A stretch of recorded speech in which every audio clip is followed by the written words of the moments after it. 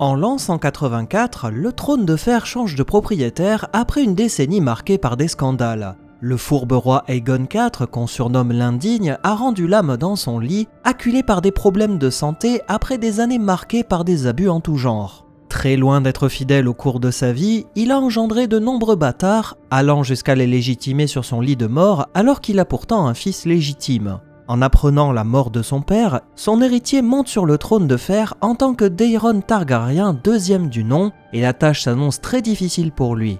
Ainsi, le règne de celui qu'on appellera Daeron II le Bon démarre en l'an 184 pour s'achever durant la terrible année 209. Le récit d'aujourd'hui va donc nous emmener en plein cœur de l'histoire de la saison 1 de A Night of the Seven Kingdoms, un long règne qui va être marqué par la menace du dragon noir sur le trône de fer. Daeron II est sacré par le grand septon moins de 15 jours après la mort de son père. Même si l'héritage laissé par Aegon IV est très difficile à assumer, le roi choisit de ceindre la couronne de son père. Avec cette grande couronne bien lourde et richement ornée, Daeron signifie qu'il souhaite s'inscrire comme successeur, réfutant de facto toutes les rumeurs autour de sa prétendue bâtardise. Il faut dire que la cour royale était gangrénée par ce bourdonnement constant autour de Daeron, comme quoi il ne serait pas l'enfant légitime du roi. De plus, étant donné qu'il est marié à la princesse Marya Martell, la plupart des seigneurs éprouvent une rancœur vis-à-vis de la principauté dornienne qui a toujours été l'ennemi de la couronne depuis la création du trône de fer. Pour ne pas laisser les derniers actes de son père lui empoisonner la vie, Daeron décide d'agir très rapidement pour réparer ses erreurs. Il renvoie tous les membres du conseil restreint d'Aegon IV en plaçant des hommes de confiance autour de lui. L'histoire retiendra qu'il a bien fait d'agir ainsi puisque ses conseillers seront d'excellents administrateurs pour l'aider à gouverner au quotidien. Il lui faudra près d'1 an pour nettoyer toute la garde du guet puisque pour rappel, Aegon avait l'habitude d'y placer ses amis pour contrôler les prostituées afin qu'elles soient disponibles selon son bon vouloir. Mais outre cela, Daeron doit composer avec le décret qui a légitimé tous les bâtards d'Aegon. Une décision qui pourrait apporter du désordre sur le trône de fer, mais qui au départ ne suscite pas de réel engouement. À la cour royale, ce qu'on appelle les grands bâtards occupaient une place de choix aux côtés des princes légitimes, si bien qu'on en retient 4.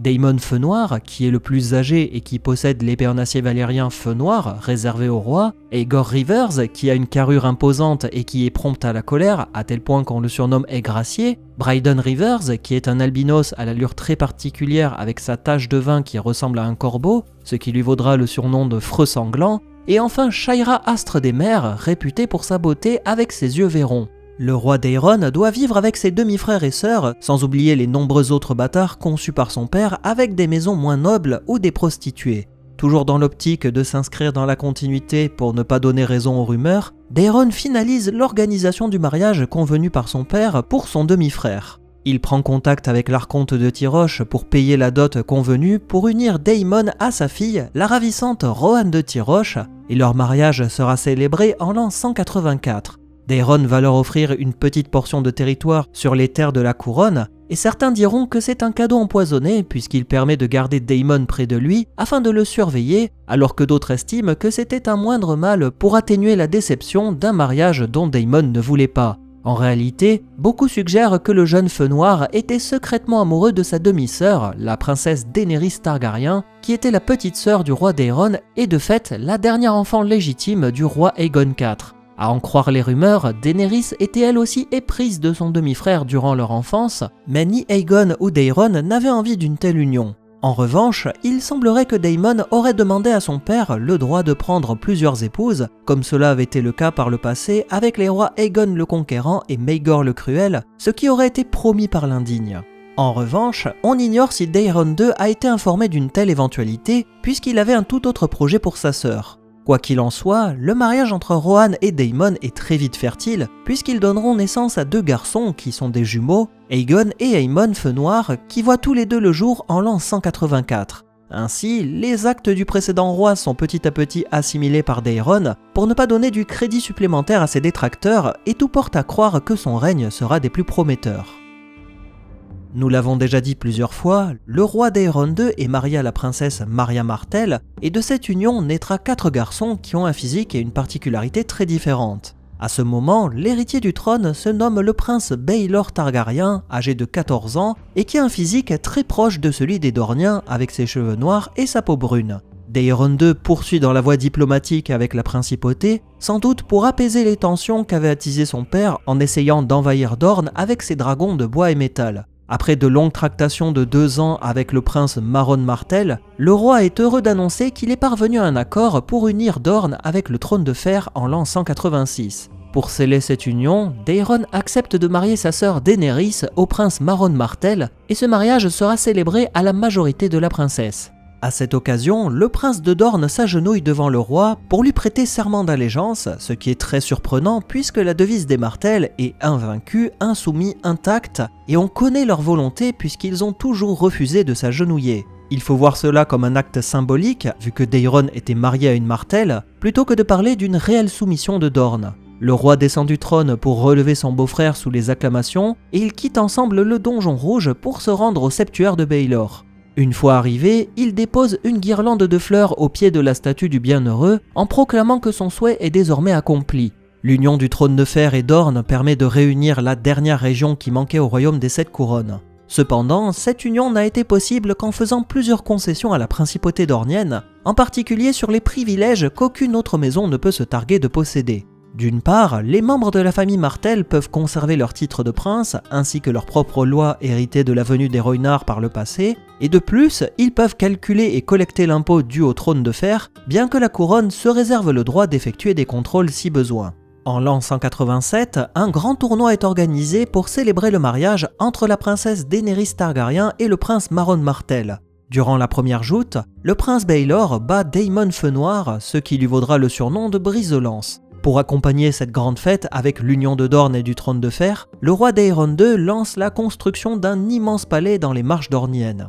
Terminé en l'an 188, le palais de l'Estival sera désormais connu pour être la résidence secondaire des Targaryens qui y vont assez ponctuellement. Quant au prince de Dorne, il est littéralement tombé sous le charme de son épouse, à tel point qu'il va lui aussi lui construire un palais pour qu'elle soit préservée de la poussière et de la chaleur de l'Ancélion. Une petite citadelle fortifiée avec des bassins et arbres fruitiers qui sera connue sous le nom des jardins aquatiques. Un véritable paradis sur terre où la princesse Daenerys élèvera ses enfants aux côtés d'autres bambins issus de grandes seigneuries dorniennes. En parallèle, le prince Martell envoie des administrateurs à la cour royale pour aider son beau-frère dans sa gouvernance au quotidien. Et contre toute attente, Daeron rétablit la stabilité du royaume et le peuple, ainsi que les seigneurs, ne tardent pas à l'appeler Daeron le Bon, car on le jugeait juste et bienveillant, même si l'influence de Dorne suscite question. À la capitale, certains commencent à rouspéter contre l'influence grandissante des Dorniens auprès du roi, sans parler des concessions effectuées aux Martell qui sont jugées bien trop généreuses. Un sentiment qui ne disparaît pas vraiment avec l'union, au contraire, cela semble s'accroître avec le temps. Pour beaucoup, c'est suite à ces événements que Daemon Feu Noir se détourne de son demi-frère, entretenant une haine profonde pour l'avoir empêché de vivre son idylle amoureuse avec Daenerys. La présence de ce bâtard légitimé qui possède l'épée Feu Noir réservée au roi et à sa famille ne passe pas inaperçue à la cour. Et ce serait omettre les 2 autres demi-frères, Freux Sanglant et Aigracier, qui semblent tous les deux se haïr puisqu'ils sont issus de 2 maisons rivales. Les Bracken pour Aegor et enfin les Nerbosques pour Brydon.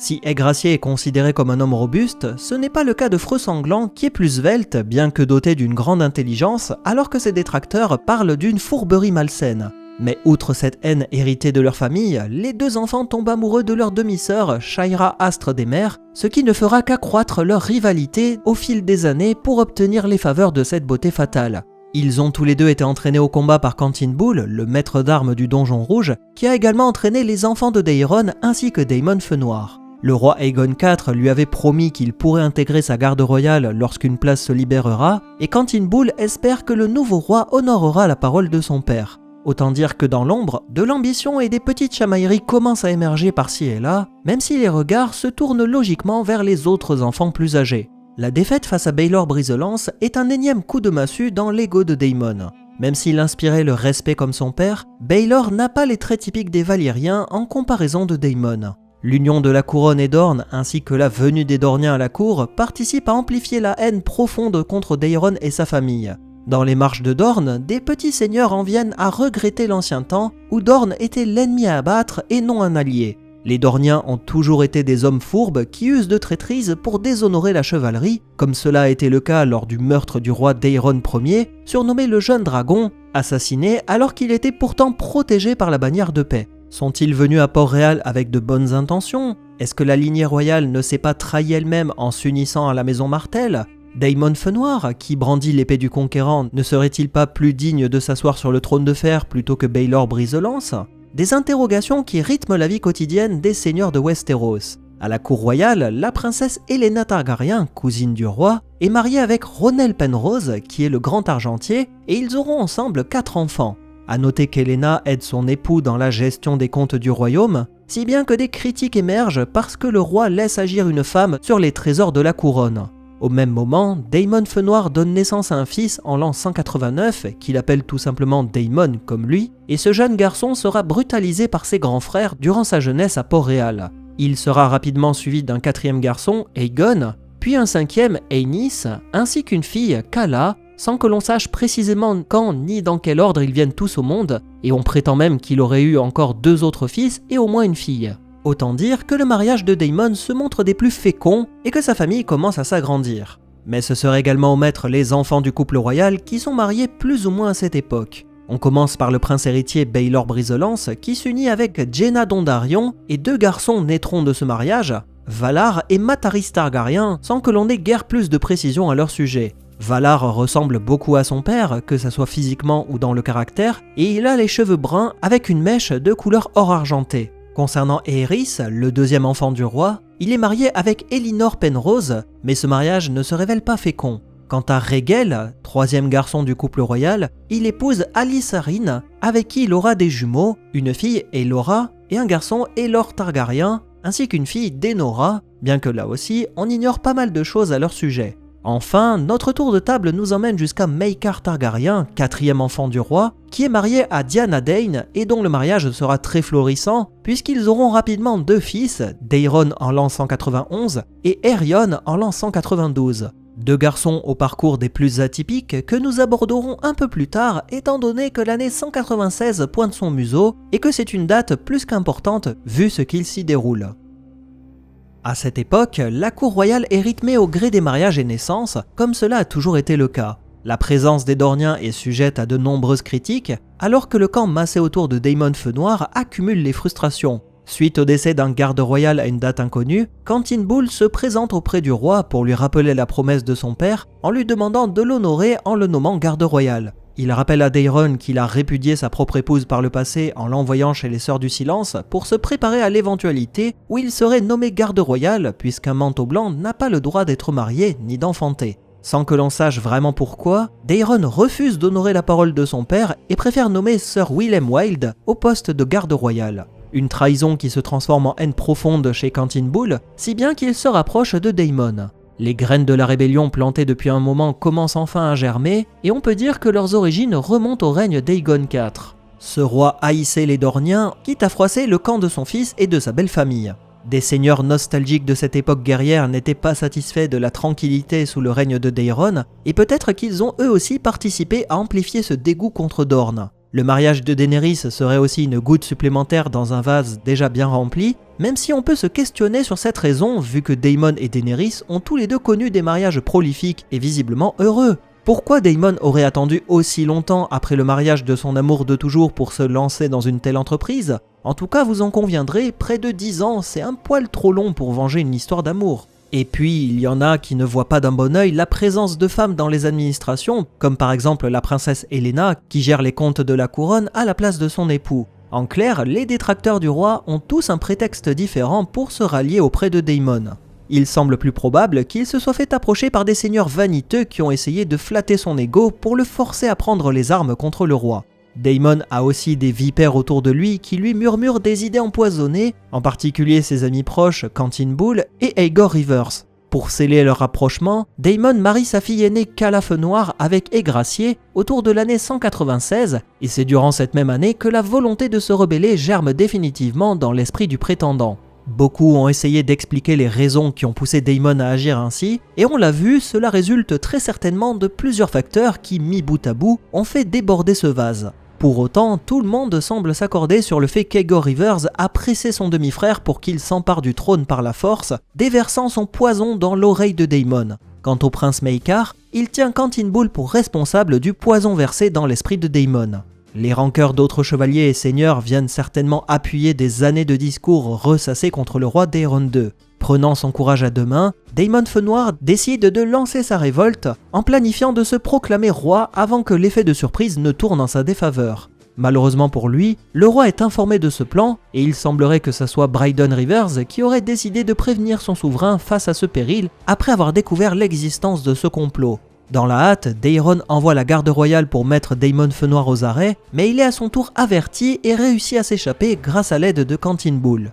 Les alliés de Daemon prennent cette tentative d'arrestation comme prétexte pour véritablement lancer la guerre, relayant le fait que le roi a voulu agir ainsi par peur du véritable souverain légitime. La rumeur de la prétendue bâtardise de Daeron II revient en force, à tel point qu'il sera surnommé Daeron Fausse Lignée, car pour eux, il ne serait pas le fils du roi Aegon IV. C'est à partir de cet instant que la première rébellion Feu Noir est définitivement lancée en l'an 196. Pour marquer sa différence avec la fausse lignée, Daemon Feu Noir adopte un nouvel emblème qui représente un dragon noir sur fond rouge, inversant les couleurs traditionnelles des Targaryens comme pour symboliser sa volonté de changer les choses. Les partisans de Daemon le proclament fils du roi Aegon IV et de la princesse Daena Targaryen, et donc par conséquent roi légitime du trône de fer. Pris de court, Daeron rassemble ses alliés autour de lui pour contrer la menace de Daemon.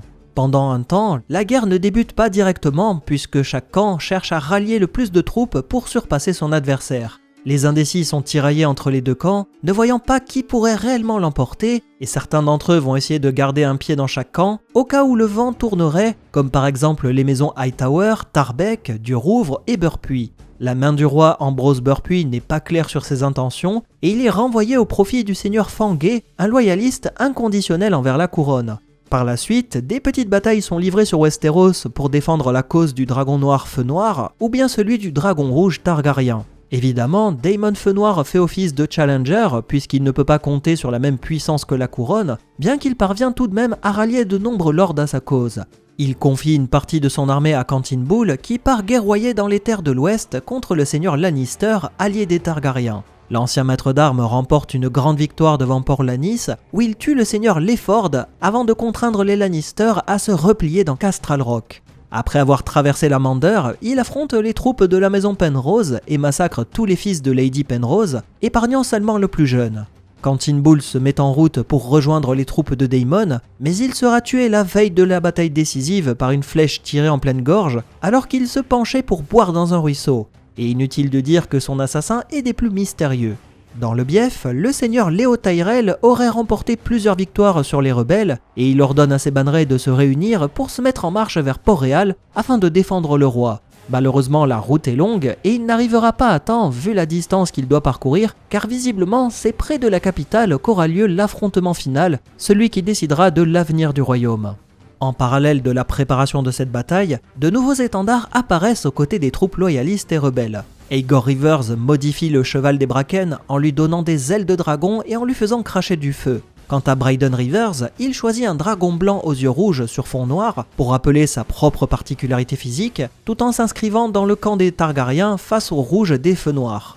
De plus, Brydon Rivers manipule l'épée en acier valyrien Noirceur, bien qu'il préfère utiliser un arc blanc taillé dans du bois de Baral, vu qu'il est un archer très efficace. Et d'ailleurs on peut théoriser, est-ce que ça serait lui le mystérieux archer qui a tué Khantyn Bull? Une hypothèse qui mérite d'être creusée.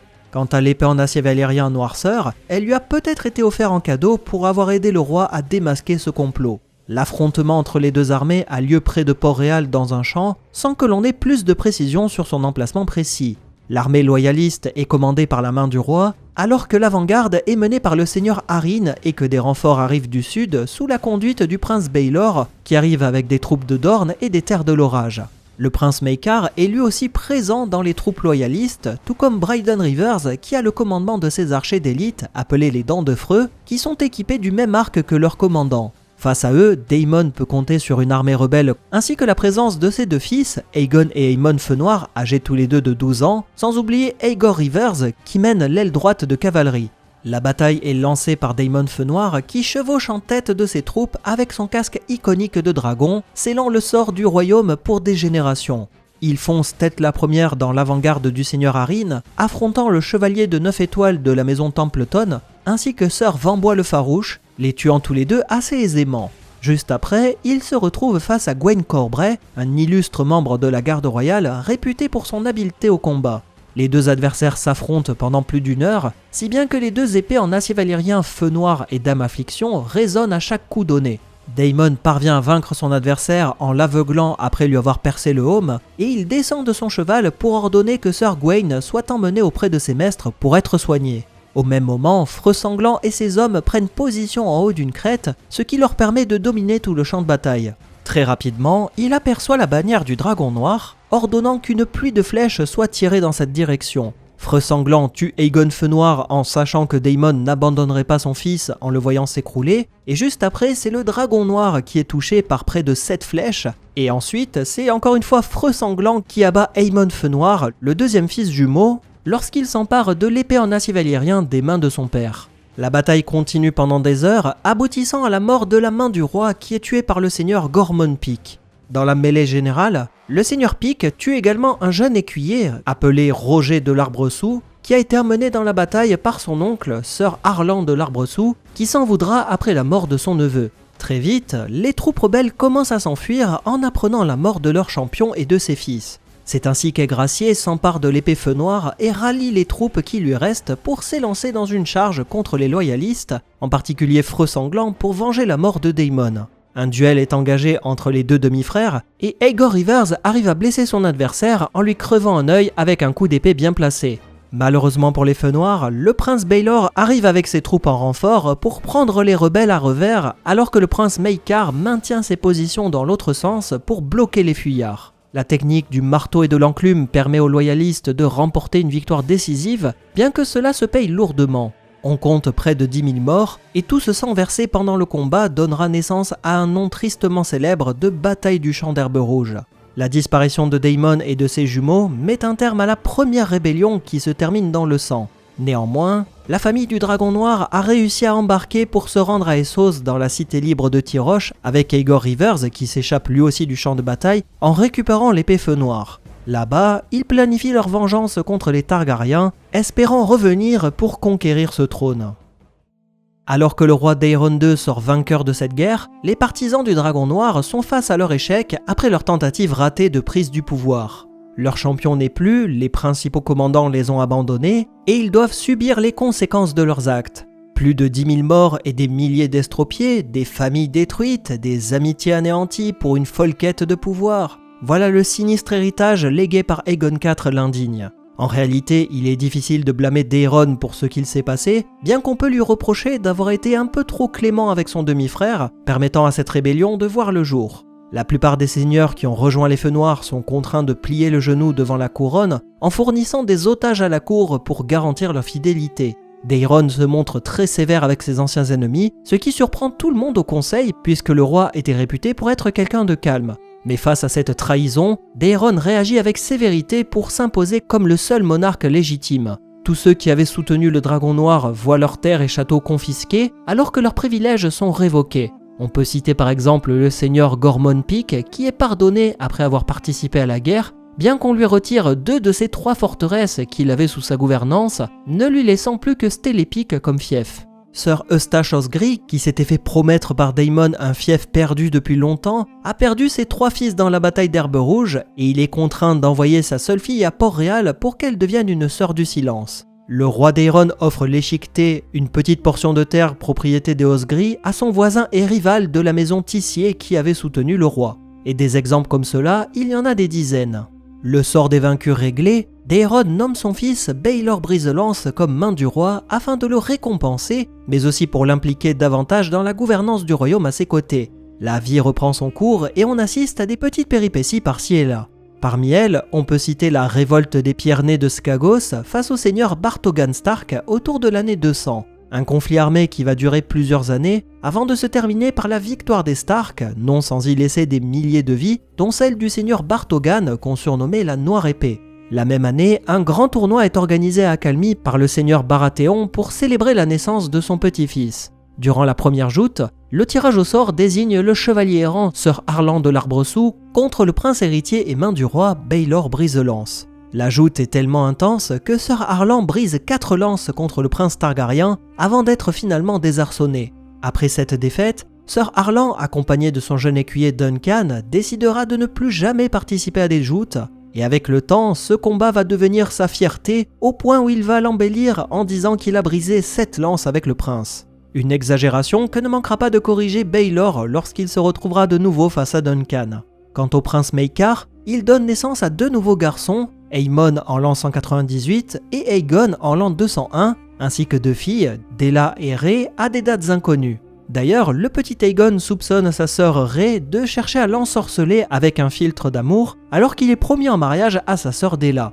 Durant leur enfance, Aemon joue beaucoup avec son petit frère Aegon, s'amusant à reconstituer la bataille du Champ d'Herbe Rouge sur une table avec des petits soldats et leurs bannières. Ils se prennent aussi à rêver en espérant que leurs œufs de dragon pourront éclore un jour. Aemon surnomme son frère l'œuf, egg en anglais, un jeu de mots subtil pour signifier Aegon et rappeler ainsi un œuf de dragon. Contrairement au reste de sa famille, Aemon n'a aucun goût pour la chevalerie, préférant les livres et faisant preuve de grandes capacités intellectuelles. Vers l'année 207, il demande à rejoindre la citadelle pour devenir un maître afin d'y forger sa chaîne. Un choix critiqué par son père mais qui est approuvé par le roi puisque Aemon est très loin dans la succession. Un départ qui chagrine forcément le petit Aegon, puisqu'il se retrouve seul face à ses frères et sœurs, en particulier son grand frère Aerion, qui prend un malin plaisir à le brutaliser. Durant son enfance, Aegon se passionne pour les blasons des grandes familles, ainsi que tout ce qui caractérise le monde des tournois et de la chevalerie. Il peut lui arriver d'assurer le service dans le conseil restreint, sans doute comme échanson, ce qui lui permet d'assister aux nombreux débats entre la main du roi et Bryden Rivers, qui officie comme conseiller du roi. Son rêve d'enfant est d'entrer dans la garde royale pour servir et défendre son souverain. En l'an 205, Bryden Rivers se déplace dans les rues de la capitale avec ses gardes rapprochés lorsqu'il tombe sur un jeune homme au détour d'une rue. Ce ne sera que plus tard qu'on apprendra qu'il s'agissait de Duncan qui était de passage à la capitale avec son maître et le jeune écuyer garde un souvenir très particulier de sa rencontre avec Freux Sanglant. On suppose que Duncan et Sir Harlan étaient de passage en ville lors du tournoi de Port-Réal qui a lieu la même année et qui voit un chevalier Bracken fendre en deux le haume et la tête du seigneur Nerbosque avec sa hache, ce qui relance encore une fois les tensions entre ces deux familles qui décidément font tout pour se chercher des noises. Durant l'année 206, un nouveau roi vautour sévit dans les montagnes rouges, faisant sécession avec le trône de fer. Contrairement au précédent roi vautour qui pouvait compter sur l'appui de Dorne, ce n'est hélas plus la même depuis le rattachement de la principauté au reste du royaume. En ce sens, le roi vautour ne fait pas le poids contre les troupes menées par les seigneurs Caron et Dondarion, ce qui aboutit à sa capture et exécution de cet énième roi rebelle. L'année 208 voit la naissance d'un certain Walder Frey, fils du seigneur des jumeaux, alors que l'année 209 pointe le bout de son nez. De l'autre côté du détroit, la cité libre de Pentos est toujours en guerre contre la puissante Braavos sur fond d'esclavage, puisque la cité du Titan est contre cette pratique. Après une énième défaite, Pentos sacrifie son 4e prince en moins d'une année, nommant un 5e qui répond au nom de Nevionaratis. Ce nouveau prince réussit à convaincre les magistrats qui gouvernent Pentos de faire la paix avec Braavos en promettant l'abolition de l'esclavage pour éviter la destruction de leur cité. Enfin, il est à noter que la princesse Helaena Targaryen perd son 2e époux et qu'elle en épousera un 3e, Sir Michael Forrest, qui était un chevalier appartenant à la suite de la reine Maria Martell.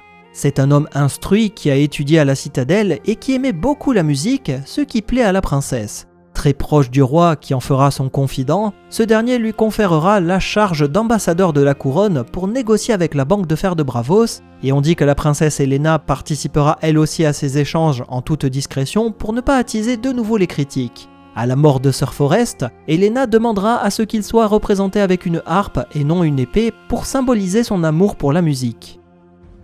L'année 209 s'ouvre sur la fin de la guerre à Essos et cela fait bientôt 13 ans que la rébellion Feu Noir a échoué à Westeros. Le royaume est gouverné par le roi Daeron II le Bon qui ne quitte que très rarement la capitale, alors que son fils Baelor Brise-Lance se déplace dans le royaume vu qu'il est la main du roi en plus d'être l'héritier du trône.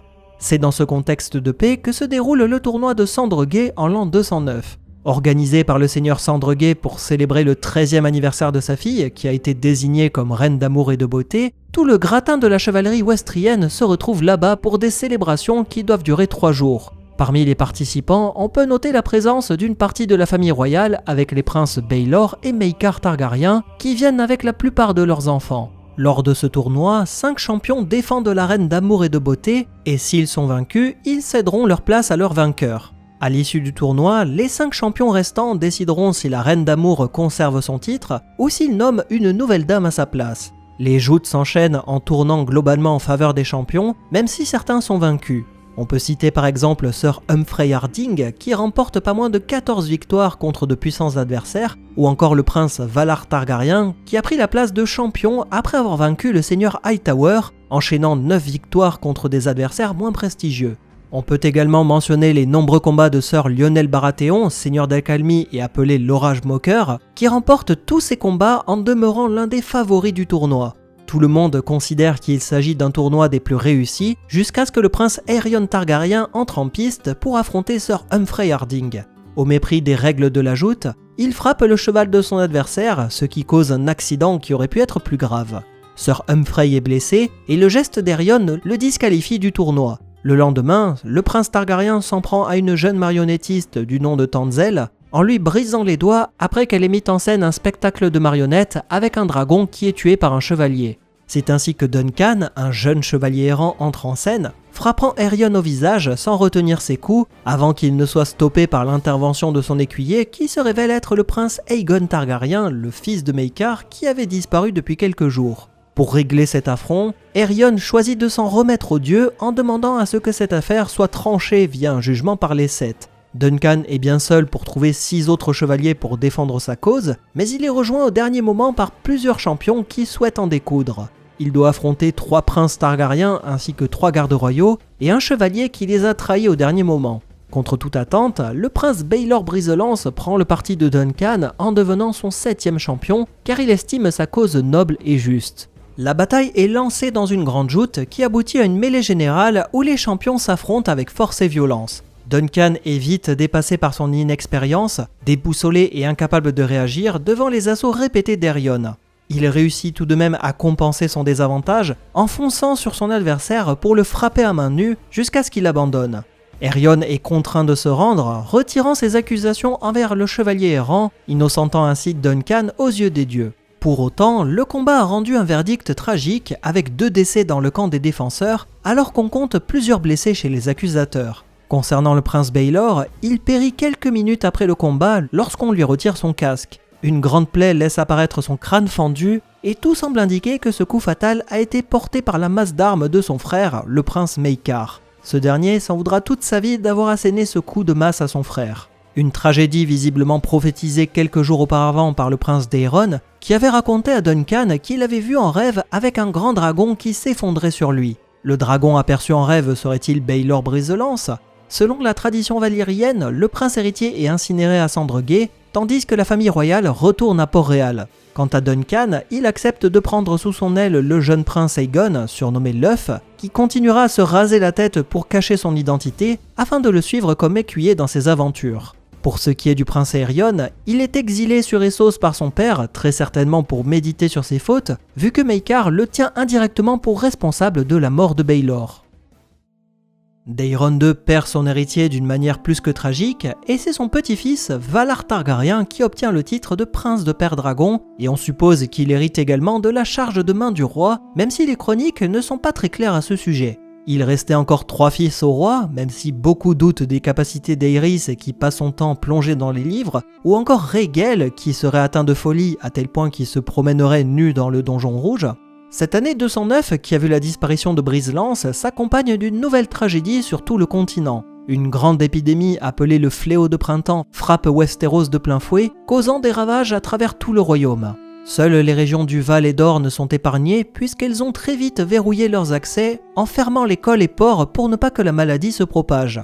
La grande cité de Port-Réal est celle qui est le plus durement touchée puisqu'elle est très peuplée. Le Grand Septon périt avec près d'un tiers des septons et presque toutes les Sœurs du Silence présentes à la capitale. Les cadavres sont entassés dans les ruines de Fosse Dragon jusqu'à atteindre une hauteur de 3 mètres de haut, c'est dire le nombre de morts. L'affreux sanglant qui officiait comme conseiller du roi fait incinérer les corps sur place par des pyromans et on dit que près d'un quart de la ville a été brûlée pour endiguer la maladie. Face au fléau de printemps, il n'y a aucun traitement si ce n'est la destruction par le feu pour éviter que l'épidémie ne se propage. Le roi Daeron II et ses petits-enfants Valar et Mataris Targaryen sont emportés par cette grande maladie. En l'espace d'un instant, la lignée de Baelor Brise-Lance s'évapore avec le fléau de printemps, ce qui redistribue complètement les cartes de la succession. C'est dans ce contexte très compliqué que le prince Aerys Targaryen monte sur le trône en tant que Aerys Ier du nom. Il hérite d'un royaume en crise après la disparition de son père en l'an 209, alors que rien ne semble l'avoir préparé à régner. Comment va-t-il gouverner et sur qui va-t-il s'appuyer pour son administration? Là pour le coup, vous le savez, c'est une toute autre histoire. Je vous remercie de votre écoute attentive dans ce long récit du règne de Daeron II le Bon, et je vous donne rendez-vous très bientôt pour la suite de nos aventures dans l'histoire des rois Targaryens. Salut à tous!